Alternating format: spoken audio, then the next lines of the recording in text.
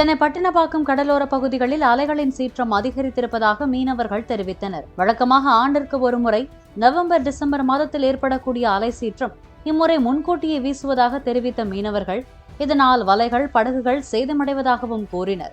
அலை சீற்றத்தால் படகுகளை பாதுகாப்பாக நிறுத்த அதிக தூரம் எடுத்துச் செல்ல வேண்டியுள்ளதாகவும், மற்ற பகுதிகளில் உள்ளது போல தங்களுக்கும் தூண்டில் வளைவு அமைத்து கொடுத்தால் படகுகள் பாதுகாப்பாக இருக்கும் என்றும் மீனவர்கள் கூறினர்.